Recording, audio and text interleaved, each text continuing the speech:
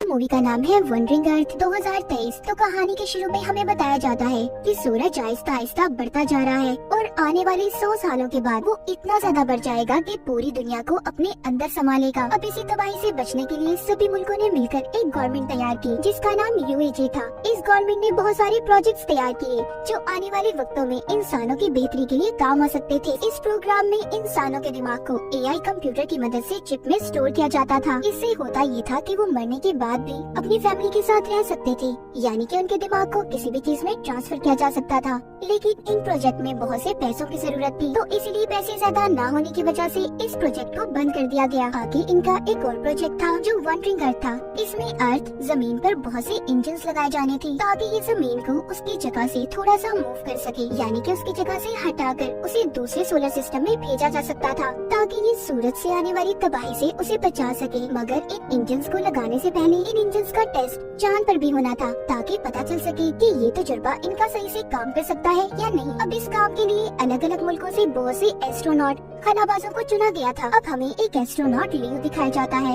यहाँ पर जो AI वाला प्रोजेक्ट था उसके बंद होने की वजह से बहुत से लोगों ने एहतजाज करना शुरू कर दिया था क्योंकि वो इस प्रोजेक्ट को पूरा करने का कह रहे थे। तभी कुछ एहतजाज करने वाले लोग इन एस्ट्रोनॉट पर हमला कर देते हैं। यहाँ पर एक लेडी एस्ट्रोनॉट जिसका नाम हैन था वो इन लोगों का मुकाबला करती है और उन्हें रोक लेती है। इसके बाद सभी एस्ट्रोनॉट्स को एक एलिवेटर की मदद से चांद पर भेजा जाता है। ये एलिवेटर इन सभी को 90,000 मीटर की बुलंदी पर इनके स्टेशन पर पहुंचाने वाली थी। सब उस स्टेशन पर पहुंच जाते हैं जहां पर इनकी ट्रेनिंग शुरू हो गई थी। वक्त गुजरने के साथ साथ इनकी ट्रेनिंग भी पूरी हो जाती है। लियो और हैन इस ट्रेनिंग के दौरान दोनों एक दूसरे को पसंद करने लगे थे।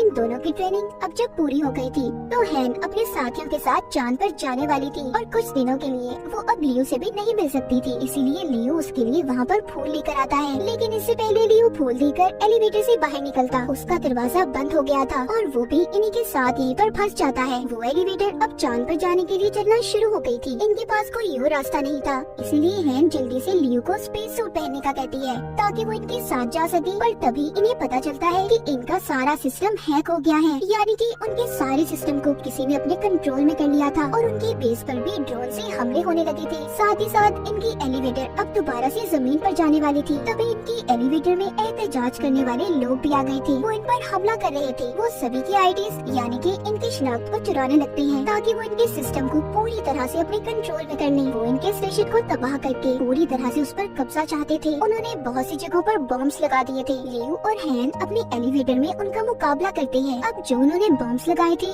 वो फटने लगते हैं। एक बॉम्ब जो उन्हें एहतजाज करने वाले लोगों ने इनके एलिवेटर में भी लगा दिया था, जिससे वहाँ पर अब बहुत बड़ा धमाका होता है। इनका एलिवेटर दोबारा से जमीन पर आ गया था। अचानक से जमीन पर गिरने की वजह से बहुत से लोग मारे जाते हैं और काफी सारे लोग जख्मी भी हो गए थे। अब इस तबाही के बाद बाकी के मुल्क जो UAG से जुड़े हुए थे वो चाइना को वार्निंग देते हैं कि उन्हें अब जल्दी इंजन की टेस्टिंग चांद पर करनी होगी। इसके बाद हमें इनकी एक और टीम दिखाई जाती है जो पहले ही चांद पर बसी हुई थी। हम एक आदमी हैंग्यू को देखते हैं जो अपने कैप्सूल से बाहर आते ही अपने कंप्यूटर के पास जाता है और अपने कंप्यूटर पर अपनी बेटी से बातें करने लगा था। तभी वहाँ जमीन से कुछ एस्ट्रोनॉट्स आते हैं जिनमें इनकी लीडर भी थी, जो आकर अपनी टीम को बताते हैं कि हमें इंजन टेस्ट मिशन को कुछ महीनों में पूरा करना होगा। ये यहाँ पर इनकी मदद के लिए और भी बहुत से एडवांस सुपर कंप्यूटर लेकर आए थे जो इंजन्स को चलाने में इनकी मदद करने वाले थे। यहाँ पर हमें ये भी पता चलता है कि जो डिजिटल लाइफ प्रोजेक्ट था जिसमें इंसान के दिमाग को AI की मदद से एक चिप में स्टोर किया जाता था, उसके हेड पहले हैंग्यू और इनके लीडर हुआ करते थे। मगर अब जब उस प्रोग्राम को बंद कर दिया गया तो इन्होंने यहाँ पर इस प्रोजेक्ट पर काम करना शुरू कर दिया।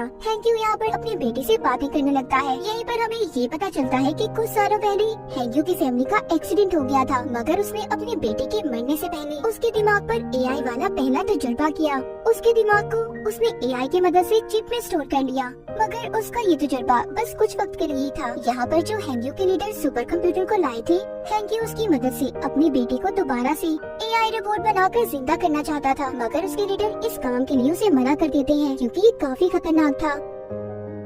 कुछ दिन गुजरने के बाद चांद पर तूफान आ जाता है, जिस वजह से इनका नया कंप्यूटर बुरी तरह से बर्बाद हो गया था। अब इनके पास इंजन को चलाने का कोई दूसरा रास्ता भी नहीं था, इसलिए अब ये सब अपने पुराने कंप्यूटर्स को इस्तेमाल करने का सोचते हैं। मगर इनकी सारी डिटेल जानकारी हैंग्यू के पास थी, जो इन्हें देने से मना कर देता है। जब लीडर उससे ये कहता है कि उसे इनकी मदद करनी होगी, हैंग्यू अब उनकी मदद करने के लिए तैयार था। मगर वो लीडर से ये कहता है कि आपको मुझसे ये वादा करना होगा कि जो भी नया सुपर कंप्यूटर बनाया जाएगा उसके बारे में सारी डिटेल्स आपको मुझे भी देनी होगी। वो उसकी मदद से अपनी बेटी को एआई यानी रिपोर्ट फॉर्म में वापस लाकर जिंदा करने वाला था। अब लीडर उसकी बात को मान गया था।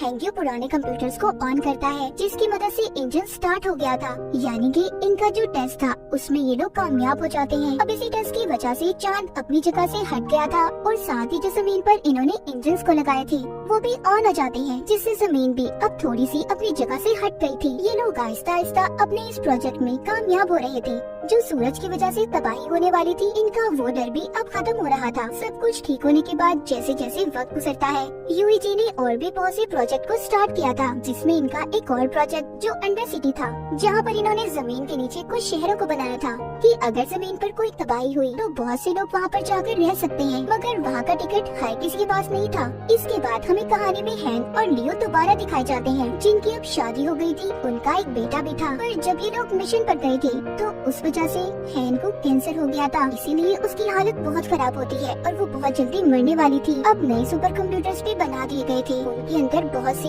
एडवांस टेक्नोलॉजी को भी डाला गया था। उन्हीं में से अब एक कंप्यूटर जिसके सामने लियो बैठा था, वो कंप्यूटर उसका इंटरव्यू ले रहा था। यहीं पर हैंग्यू भी उन्हें देख रहा होता है। जब रात होती है तो रात को हैंग्यू अब उन कंप्यूटर्स के पास जाता है। जैसा कि हम जानते हैं, वो इन कंप्यूटर की मदद से अपनी बेटी के रिपोर्ट बनाना चाहता था, पर यहाँ तभी इनकी हेड आ जाती है, जो हैंग्यू को ये सब करने से रोक रहे थे। मगर इससे पहले हैंग्यू ने बहुत सारे कंप्यूटर के सिस्टम्स को खराब कर दिया था, जिसका नुकसान चांद पर जो इन्होंने इंजन्स लगाए थे उन्हें होता है। वो अब कंप्यूटर के इस गलत सिस्टम पावर से फट गए थे, जिस वजह से चांद अपनी जगह से हट गया था और 7 दिन के अंदर अंदर वो जमीन से टकराने वाला था। इसीलिए चाइना अपने अंडरग्राउंड शहरों को भी खोल देती है ताकि लोगों की जान बच पाए। उधर है लियो से कहती है कि मैं कुछ दिन में ही मरने वाली हूँ, तो इसीलिए तो मेरा अंडरग्राउंड सिटी कार्ड तुम अपने डैड को दे देना, ताकि अगर तुम स्पेस खला में जाओ तो पीछे तुम्हारी डैड हमारे बेटे के साथ सही सलामत रह सके। कुछ दिन के बाद हैंग की भी मौत हो जाती है और लियो की डैड उसके बेटे को लेकर अंडरग्राउंड शहर में चले गए थे। चाइना भी पूरे शहर में ये खबर फैला देता है कि चांद बहुत जल्दी जमीन से टकराने वाला है, मगर साथ ही साथ वो ये भी कहते हैं कि इसका हल भी इन्हीं के पास है। वो स्पेस में जाकर चांद पर बहुत से धमाके करेंगे, जिससे चांद जमीन से थोड़ा दूर हो जाएगा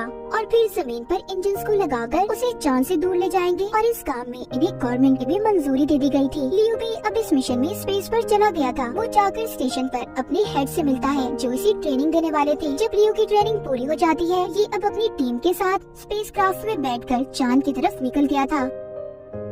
इनका काम था कि चांद पर जाकर जगह जगह बॉम्ब्स को गिराना। अब जब ये लोग बॉम्ब्स को गिराकर वापस से लौट रहे थे, तभी एक दूसरा स्पेसक्राफ्ट अनबैलेंस होकर इनके स्पेसक्राफ्ट से टकराकर तबाह हो जाता है, जिस वजह से इनका स्पेसक्राफ्ट भी खराब हो गया था।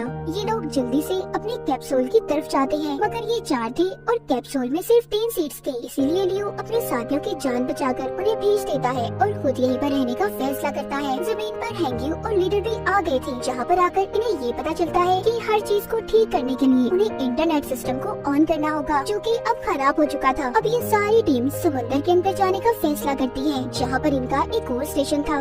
लीडर और हैंग्यू को भी समुद्र के अंदर जाकर सुपर कंप्यूटर की मदद से इंटरनेट को ठीक करना था। इनके साथ 2 रोबोट्स भी थे, जो पावर स्टेशन तक आने के लिए इनकी मदद करते हैं, मगर ओवर पावर होने की वजह से इनका एक रोबोट खराब हो गया था। इसीलिए अब इन्हें सुपर कंप्यूटर की मदद से ही इंटरनेट के सिस्टम को ठीक करना था। उधर बॉम्ब के फटने की वजह से चांद का मलबा भी अब जमीन पर आकर गिरने लगा था, जिसका कुछ हिस्सा समुद्र में भी हैंग्यू और लीडर के पास जाकर गिरता है, जिस वजह से अब इनके स्टेशन में भी समंदर का पानी आने लगा था। लीडर पानी में डूबकर मरने वाले थे। हैंग्यू उन्हें बचाने की कोशिश करता है, मगर नहीं बचा पाता। लीडर मरने से पहले हैंग्यू को सुपर कंप्यूटर का खुफिया कोड बता देते हैं, जिससे इंटरनेट को बहाल करके दुनिया को बचाया जा सकता था, जो बताने के बाद लीडर की मौत हो गई थी। उधर दूसरी तरफ गवर्नमेंट भी अपनी कोशिशों में लगी हुई थी। वो इस मुसीबत से बचने के लिए 300 लोगों की टीम स्पेस में भेजने का फैसला करते हैं, जो जाकर चांद पर बॉम्ब गिराने वाले थे। अब ये टीम जाकर स्पेस में लियो से मिलती है, जो अभी भी स्पेस में ही था। ये लोग इसे कैप्सूल में बिठाकर वापस से अर्थ पर भेजना चाहते थे,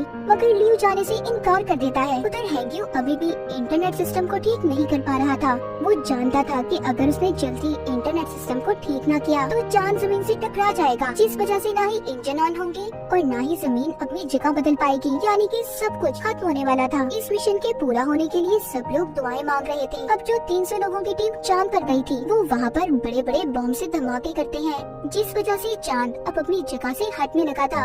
हैंग्यू भी उधर समझ गया था कि ये इतनी जल्दी इंटरनेट सिस्टम को ठीक नहीं कर सकता, इसीलिए वो यहाँ से अपने दिमाग को भी वो सुपर कंप्यूटर में डाल देता है।